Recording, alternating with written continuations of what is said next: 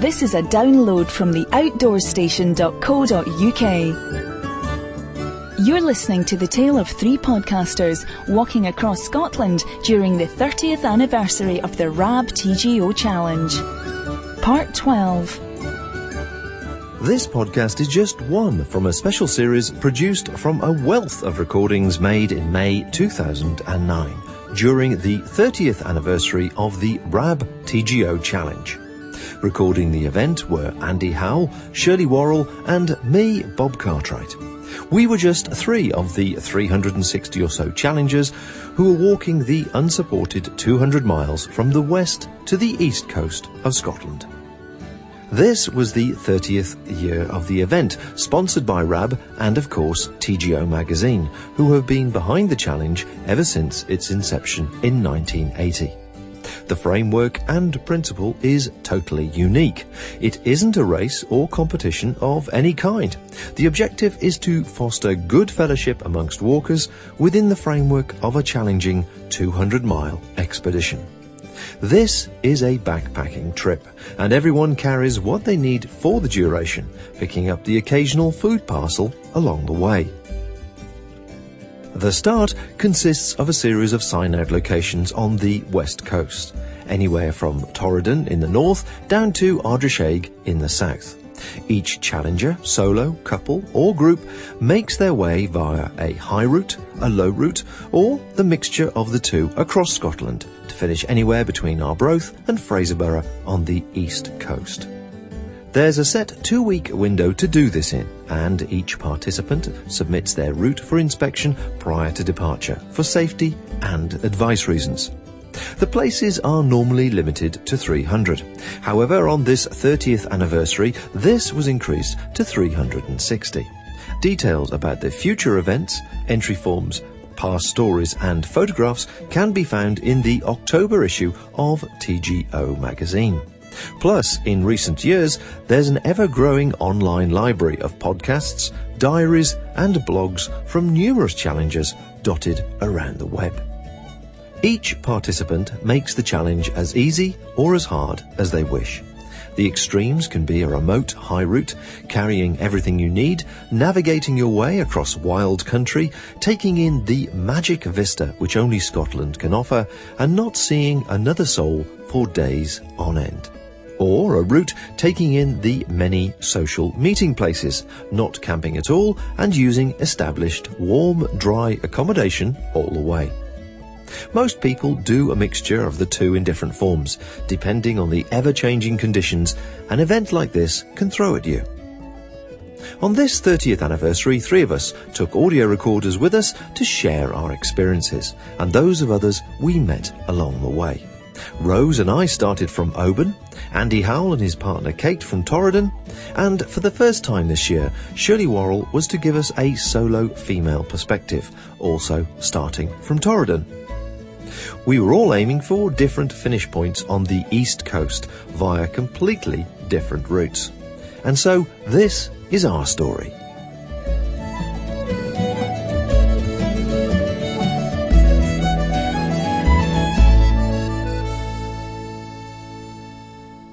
At this stage in the trip, Andy and Kate had already made it to Montrose. Rose and I were a day behind, staying at Northwater Bridge Campsite, with Shirley, who was following on not far behind. During one of the nicest evenings of the 2 weeks, there must have been a good 50 or so of us at the campsite, enjoying the last of the warm sunshine. And here I had the good fortune to meet once again overseas challenger Shaun Grund. Meanwhile, in the bar of the Park Hotel, Andy caught up with first-timer John Hancock and another overseas challenger, Rob Hausam. Regular listeners will know Rob Hausam, who we first met on the challenge a couple of years ago, and we've had several chats on podcasts since then. Rob, I'll be back again this time with your wife Lisa. Didn't quite go to plan this time, but it looks as if you've still been enjoying Scotland. Well, that's true. I didn't. Yes, so we started out on our plan, but we did have to make a change a few days into it. Lisa just found that she wasn't able to deal with. She had some back issues and wasn't able to keep going on the trail the way she had hoped. So when we got to Coogee, she decided that was as far as she was going to be able to go this time. And so I went with her, and we converted the rest of the trip into seeing some other bits of Scotland and just having some good times together. And it has been a good trip, just a different one than what we had planned. I think it's important for people to realise that actually, it's not a failure if you injure yourself or hurt yourself on the challenge. It's a pretty tough walk, and we can all turn an ankle or hurt a back at any time really, and there'll always be another year. But I think you've got to say to Lisa, well done for trying it, because it's very different from the kind of walking that she knows at home. Yeah, that's really true. And so it was there. Even though there's a sense of disappointment in not being able to do it all, there's still a very strong sense of accomplishment as well, and she feels that way, and I do too. We've had a great time, and looking forward to celebrating with everyone here at the end in Montrose, and we didn't want to miss that, so we've arranged to make sure that we were here tonight, and we'll be heading back to the States on Sunday. As we had planned. But yeah, like you said, it's these changes do occur, things happen. There wasn't any serious injury here, but it was just an aggravation of a long-standing issue, more so than what I know what Lisa expected and what I had hoped as well. But these things, it does happen to other people as well. I've certainly heard a number of stories, and I know some have dropped out this year. I don't know what all the reasons were, but I think everyone should consider it a success for whatever you're able to accomplish. I think that's right. We've met a few people who've been driven down by extremely bad weather and high winds off some of the high Cairngorm mountains and passes, and they've kept themselves safe, and that's the main thing. Now, when we spoke last time, we were talking about shelters and gear. 2 years ago, you were using a tarp system, but with Lisa, you're looking for something that you could pretend was a tarp and she could pretend was a tent. That's just about right, yeah. But you hadn't decided on which model to bring. So how did it work out in the end? Well, what we ended up deciding to use was a Six Moon Designs Lunar Duo tent. It's an ultralight 2-person tent, sill nylon. It's a single wall design. Uses trekking poles for support.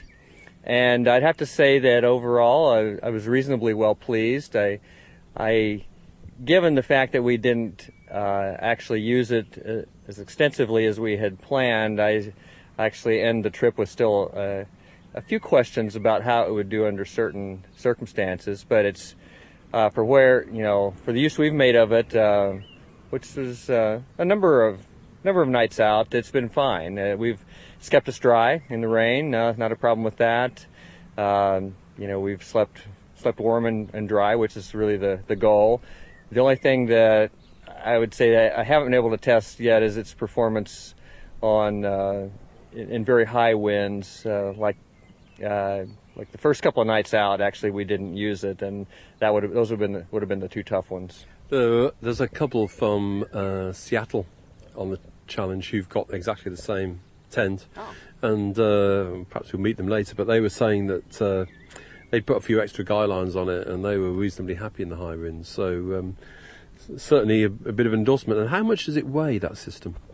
It's just right at about just a slight bit over 1 kilo, 2.2 pounds. I did also use extra guy lines because testing it out at home, I felt it needed the extra security. So it basically stakes out normally with 6 stakes, and I added another 6. It has another 6 guy points, and I put lines on all of those, and even had it considered possibly double guying the 2 main the ridge line stakes. So I could have had a total of up to 14. I actually used 12, but I didn't have any problems with it either. I just didn't test it in the very highest winds. It's a big tent, isn't it? It's certainly got as much room as, say, a Hilberg Nallo. And if people want to find out about it, you can see that on the Six Moons website.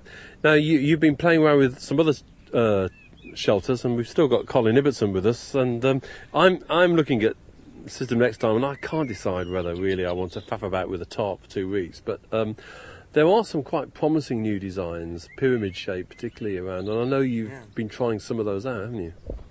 Well, I've got the one I have now and have still testing basically is the Mountain Laurel Designs Patrol Shelter from Ron Bell. I've got the Cuban fiber version of that. It's extremely light. I actually don't recall exactly what the gram weight works out to be. I'd have to go look it up again, but it's very light. It's a modified tarp design, basically with a rear panel so that you can block it off from from that end. And also, my version has a little bit of a beak at the front, a little more protection from rain and wind blowing from different directions, and I'm very excited to give it the full paces too. If I'd been coming by myself this year, that's what I would have brought, and would have been interesting to see how it did, but I have high hopes for it. I think the use of spinnaker and Cuban fibre in some of these one-person shelters or pyramid shelters that are kind of like cut-down versions of the Go Light Hex, with light material. I mean, theoretically, spinnaker and Cuban fibre, Colin, they're very, very strong textiles. It is a very strong textile. It's only when you start sewing it, it exposes certain weaknesses. But I think in that kind of design, the panel size will be much smaller, and I think the loads will be correspondingly smaller as well, so it could work really well. Yeah, I'm tempted to try one of them out next time. One of the things that I keep thinking about is the fact that these fabrics were designed for use with the sailboat sails, and so obviously they're designed to be used in this sort of somewhat similar application, and I see no reason to think that they shouldn't perform quite well for tents. We were talking, Colin and I were talking to somebody in Inverness in a gear store on the day before the challenge started, and he was one of them was a sailor, and he was telling us stories about effectively a little thin piece of spinnaker holding up a whole boat with something like 10 people on it. So it should have the strength. Okay, well, Rob, you made it here one way or another, and you're looking forward to this evening? Yeah, definitely. So it's of course I've only had the opportunity once before, but it was it was great at the end of the long walk to be able to celebrate, and tonight it'll be more of a vicarious celebration, enjoying it for all the rest of the folks who did complete the walk, but we'll celebrate our own part that we did and the other things that we were able to do, and so yeah, I'm definitely looking forward to it. And of course, as soon as you get home, you can start planning the next crossing. Absolutely. Already planning it, as a matter of fact. As we've said before, this TGO challenge thing, it's addictive. Yes, it is, and I do. There's a good chance I'll be back. I certainly would like to do that, and I was actually we spent yesterday evening in Edinburgh to see a little bit more of the city there, which is of course quite different than the smaller places we've been in the last few days. But we hadn't had much time at the beginning of our trip to see it, so we did that. But on the train back from Edinburgh, I was already planning my route for the next time. So. Now, while I've been walking across Scotland, I've been taking the opportunity to have a chat from time to time with some of the interesting local people that I've met along the way. I'm sure that everybody who's done the challenge has noticed how easy it is to get into the habit in the evenings of chatting away with the same old familiar faces, either in the hills or on the campsites or in the pubs. And whilst it's always lovely to catch up with old friends, there's a great deal of pleasure to be had from meeting new people too. So I was delighted to spot, as I walked along the path a little earlier this morning, a challenger new to me, just lying in the bushes at the side. And Agnes, because Agnes is in fact who it is, has agreed to say a few words for the benefit of listeners. So good morning, Agnes. Good morning, Shirley. Now, are you a first-time challenger, or is this one of a whole series of challenges for you? No, this is actually my very first attempt to cross Scotland. And is it the sort of thing that you'd anticipated? Well, to be perfectly honest, I hadn't actually given it a great deal of thought in advance, but I've been enjoying the experience, certainly. And so can you tell us where you started? Yes, I started in the car park just outside the Shilbridge Hotel. And how long ago would that have been, Agnes? Well, I think it's probably about 7 or 8 days ago now. And had you done a great deal of planning before you actually embarked upon the trip? Well, to be perfectly honest, I hadn't really done any planning at all. I've been walking with Robert, and indeed it was Robert who did all the planning. And really, since the walk began, I felt like, little more than a passenger, to be perfectly honest. Robert's the person who's been doing all of the significant work. Well, I'm sure that's not true, Agnes. Even if Robert's the person who's been carrying most of the kit, there's always there's the joy of companionship and chats in the evening. Well, I'm not quite sure about that, because Robert hasn't actually said a great deal. Anyway, I've been enjoying the experience. OK, so are you able to tell us anything about your route? Well, yes, certainly. I started on the top of a piece of heather right outside the Shieldbridge Hotel, and as Robert passed, I leapt from the top of the heather onto a position approximately halfway down his left gaiter, and from there I slid down the gaiter to the point where his gaiter met the bottom of his trousers, and I sneaked into a small crack. I then managed to make my way round to the back of his left ankle, and that had actually been quite a treacherous and exhausting undertaking, and so therefore I stayed there for a day or two before I began to make my way up the back of his leg towards the back of his knee. It was my intention to press on towards his groin, and I did do that, but I found that the going underfoot was really quite boggy and wet in places, but I didn't allow that to deter me, and eventually I got there, and I found that all the effort had been worthwhile. It was a lovely, warm and comforting place. And so really I just bedded myself down and spent several days there doing really very little indeed. Just taking a bit of a rest stop, really. I see. And so how does it come to be then that we find you at the side of the path this morning? Well, everything was going absolutely fine until a couple of days ago, when unfortunately we ran into absolutely appalling weather conditions on the evening of, I think it was probably the night before last. It took the form of great torrents of scaldingly hot, soapy water in a B&B that Robert had booked, and I'm afraid that I was washed away. I was washed right out of his groin and down into a porcelain shower basin, and it's taken me a day and a half to crawl out of there and onto the side of the path where I've been attempting to dry out. Robert's gone on without me, and I think that unless I'm able to identify some other sort of companion, I may have to withdraw from the challenge.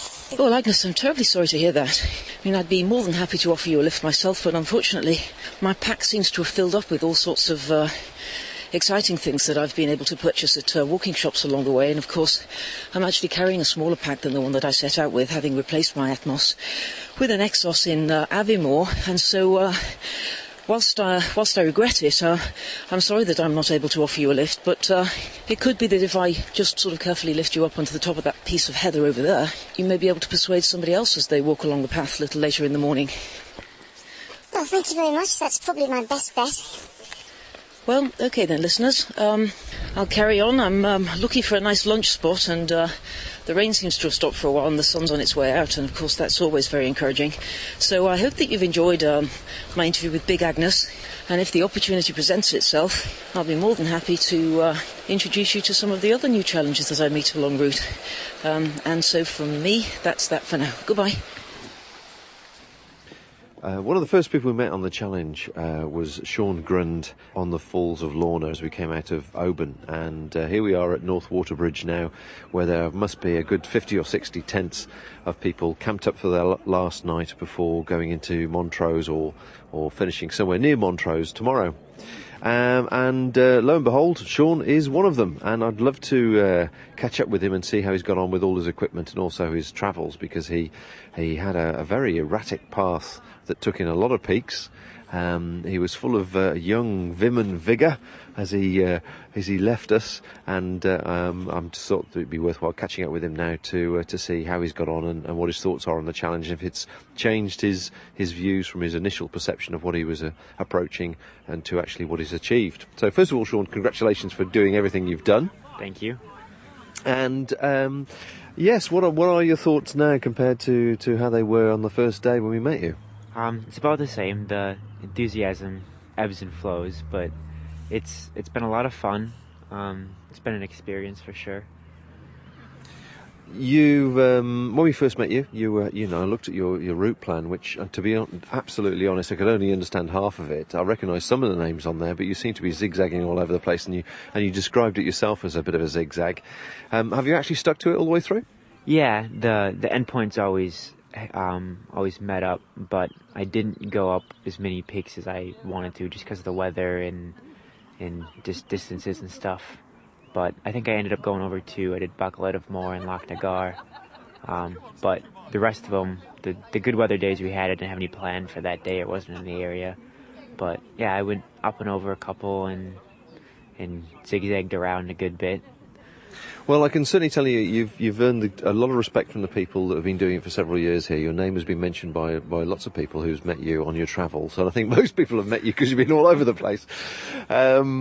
You've had your pinnacle pack, and you've had 2 weeks worth of food. You carried the whole lot. I must admit, when I first saw you, I thought that was a bit of a load. Did you feel that was the right thing to do now in retrospect? You could have picked food up as you go along?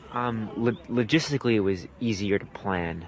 But about the 3rd day in, I was regretting the decision.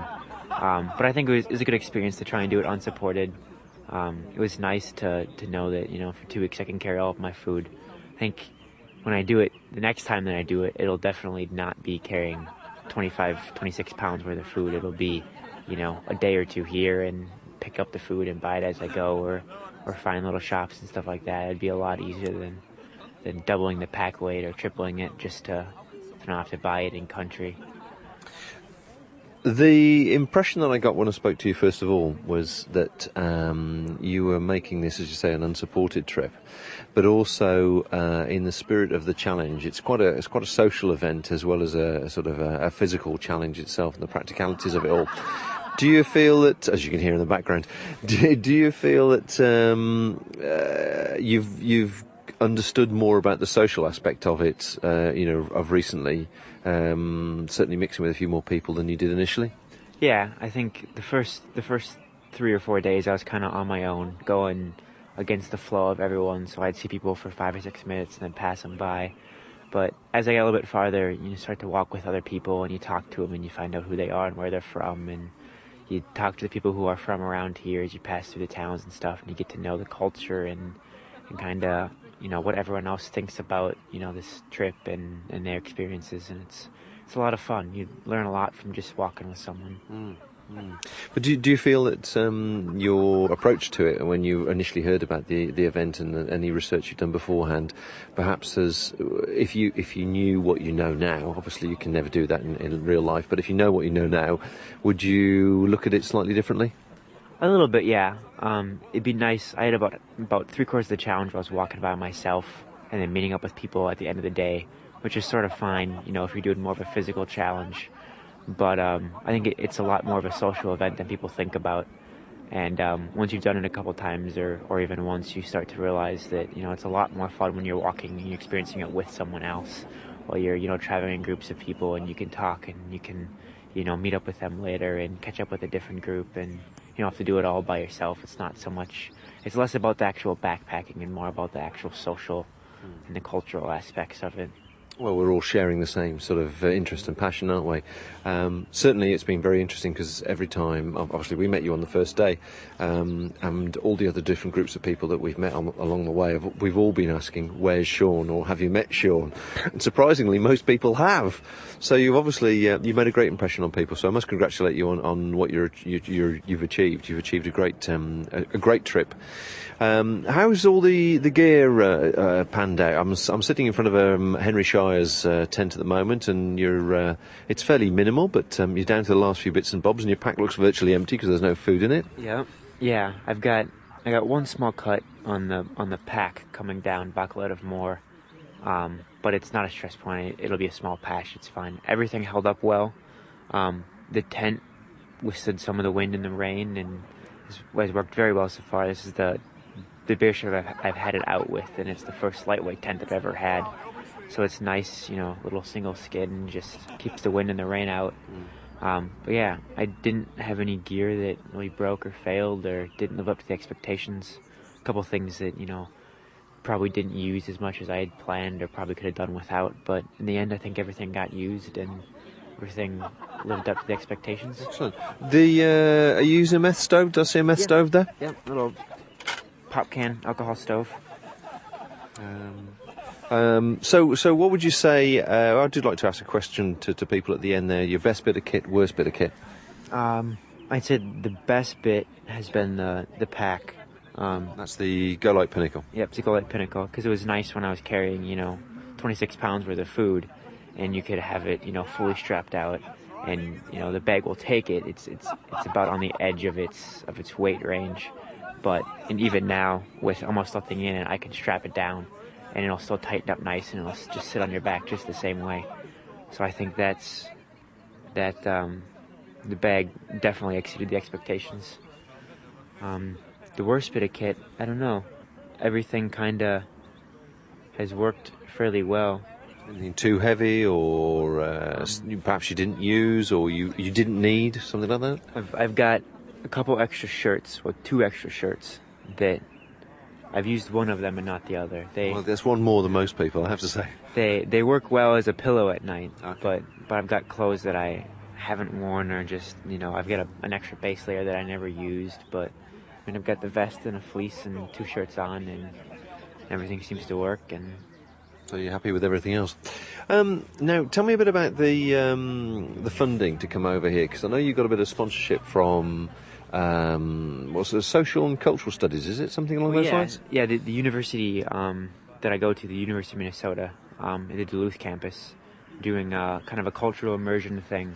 And it was kind of post-planned after I'd had all of this planned already. And I talked to them, and they wanted me to come over and kind of experience the Scottish culture as it is, especially of the Highlands, because it's just not something you can't, go on the internet or Wikipedia or look up an encyclopedia and just find out what it's like here. And so it's the Allworth Institute for International Studies.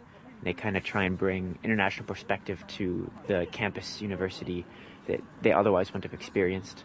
So I'm going to do a presentation there when I get back, probably a couple months into the semester, and it'll be about the challenge and the culture. Be more based on the things that I saw and what it's like in the Highlands, because everyone kind of sees the pictures of Glasgow and that area and what that's like, but no one really ever makes it up this far up north and to the coasts, or you get to Newtonmore and Braemar, and it's in the middle of nowhere. You'd have to drive for hours to get to it even. And every place has a different culture to it, and everyone talks differently. And so yeah, they've been real supportive of helping me out and getting information. And Are you going to find it? Are you going to find it sort of difficult to separate the challenge people and the challenge culture is different, obviously, from Highland culture and so on. Have you managed to sort of separate that in your mind? Yeah, a little bit. The challenge culture kind of follows you as you go along. But I've been trying to look at the buildings and talk to some of the locals in the towns, and go and talk to the shopkeepers, and get off the beaten track. Find people who aren't trying to cater to tourists. And find, gamesmen and some of the land stalkers, and talk to them about, just what the country's like and the culture, and just find people who, get the perspective of what life is like up here. It's completely different from anywhere else in the world, so. The challenges as we go across Scotland, as you probably are fully aware, we're a bit of a bubble, really, a sort of self-contained bubble. Although we sort of take various routes, we do tend to sort of cling to each other in many respects. And I've often wondered how the local life continues during the other 364 days of the year or whatever. Can you separate that when you actually do your presentation? Separate that from the sort of Highland life that you've listened to, you've understood from people? Yeah, I think so. You kind of get, you get the people who you're walking with and the culture that's following you across, and you talk with all these people. And then you can, I find it easy enough to go kind of away from the challenge crowd and get out and talk to the local people, like Chris at Mara Lodge, managing the estate there, and he knows about the challenge. He's been doing catering to us for a couple of years, and just talking with him about what it's like to run an estate. And because as we move it across the country, we're all part of the culture, but it's vastly different when you're coming with this group of international travelers, or people from Britain and Scotland and Ireland and the States and all over the place. We kind of make our own culture as we come across. But I think it's nice to be able to just step away from all of that for a couple hours a day every now and then, and just talk to some local people and people in the shops. So, what's your lasting impression? I mean, what would you say is the thing that's probably struck home to you most of all about that the local culture, the Scotland that you've witnessed? What will you take back that has been the strongest, perhaps most surprising thing you've learned about them? I'd say just a lot of the sense of community. I mean, people up here are so spread out, but you can walk for a day and you go through one section of Scotland and it's a community. And it's like rural, farmland where your neighbors are far away, but even though they're not right next door, they're still your neighbors, and you have to rely on each other. And everyone has to produce, and give it to the community, and then they get their comforts back. But I think just the sense of how strong their individual and unique culture is as you cross, and you can see it changes from place to place. But just that sense of community among people who live up here, that you have to depend on each other. Well, I have to congratulate you on finishing your first challenge. It's a great thing that you've done, especially coming over sort of blind, as it were, and come to Scotland for the first time, and approaching it the way you've done. As I say, you've earned a great amount of respect from everybody else that's shared your story, even though they've just met you for 5 minutes, as you say. Of course, the final question is, would you come back and do it again? Definitely, I'd do it again. I think it'll take a little bit, graduate from school and get a job and study out, but I think the next time I find I've got the time off and over the challenge, I'll definitely do it again. I'm sitting here with John, who's a first-timer, fellow podcaster, but in a different genre. A little bit, yes. Games podcasting, so nothing to do with hiking. And a man who walked across Scotland for his first challenge using a tarp, which is, I think, something to be commended. How did it go? Went very well. I wasn't on a hugely adventurous route, so it wasn't really put to the test. There was just one area where I decided to go in the bothy instead of camping outside because I thought the tarp would be a bit cold. It was pretty horrible that night, wasn't it? Since you apparently were freezing in a tent, I made the right decision. It's been lovely. Had some lovely camping in the trees and plenty of room under there. Now, just looking back over the last 2 weeks, it seems extraordinary, doesn't it? I'm sitting here now in the Park Hotel in Montrose with a pint in your hand, and you think, well, those mountains seem a long time ago now, don't they? But what were the highlights for you, John? The main one was Loch Nagar, because my knowledge of Scotland is pitifully limited, but I knew Loch Nagar, and I'd always wanted to go, and on the way up I could see about 100 yards ahead, and that was it. And then it started to hail, and then the sleet came, and then we were walking through snow, and I thought, I'm not going to see much, and it just opened up beautifully. I was walking along with somebody I'd met at Localita Lodge, and had a fantastic day, which ended in a peat bog trying to find the body at Shirley and Mark. Oh, most days either start or end in a peat bog, and if you're very unlucky, they start and end in a peat bog itself. So, is this something you're going to do again?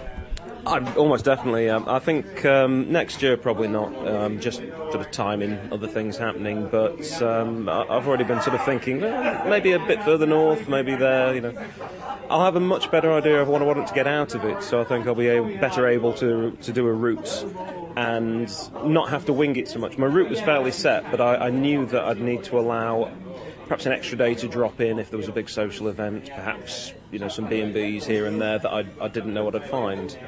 And I'm hoping that the next time I'll know what to do a little better. And have you found the social side of it? Because that's one of the things that certainly surprised me when I did my first challenge, that, in some ways it's as much a social event as it is a walking challenge. Almost more in some cases. The odd thing is that I suppose I'd worried that perhaps you've got people doing it 15, 20 times, and you would have this sort of clique of folks who would settle in the snug and just sit there, and you'd be sitting over in a corner with a pint thinking, well, I'm sure that's very nice, maybe I'll be accepted one day. And in fact, you just keep bumping into people, and you gradually get this network of folks, and somebody walks into the bar and you recognise them and wave them as if you've known them for 10 years. So the social side was something I really quite opened up to.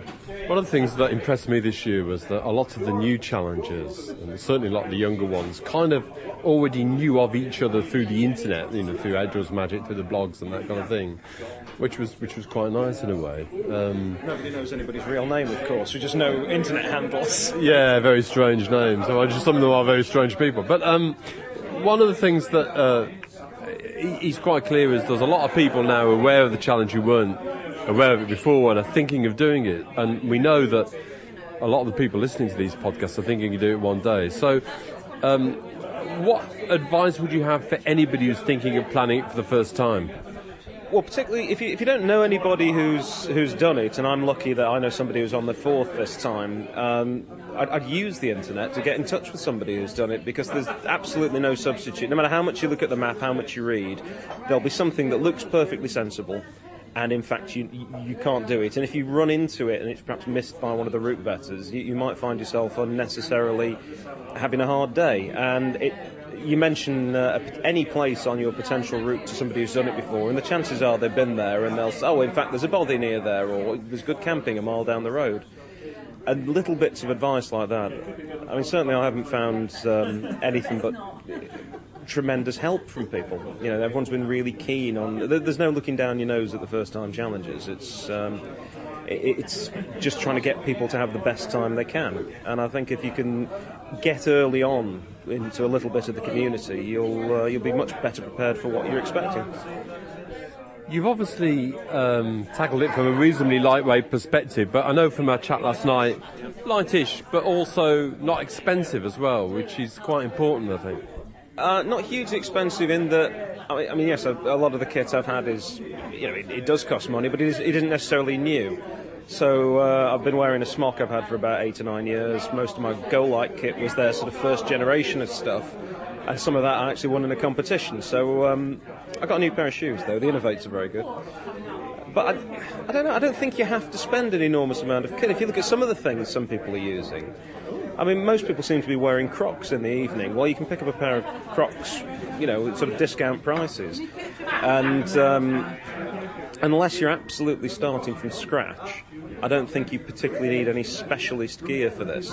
You might find something that may have worked a little better than what you have, but as long as you're confident that what you've got is going to survive a couple 100 miles, I was able to keep the costs down quite well. Until I got here and started buying the beers, of course. Yeah, it's the ancillary costs that mount up on the challenge. And finally, one thing is a reasonably lightweight crossing. Some of those rucksacks you see on this challenge are extraordinary, aren't they? Just on the way in here, I've just passed, I think it's an old Carrymore with a frame. And I've been hearing tales. Oh, there's a frame rucksack. I used to live in the States, and it's not that unusual to see frame rucksacks, but you don't see them still around here anymore. And when you realise that somebody's going past with an 80-litre rucksack and they're about the same age, you think, well, good luck to you, fair enough, it's obviously working.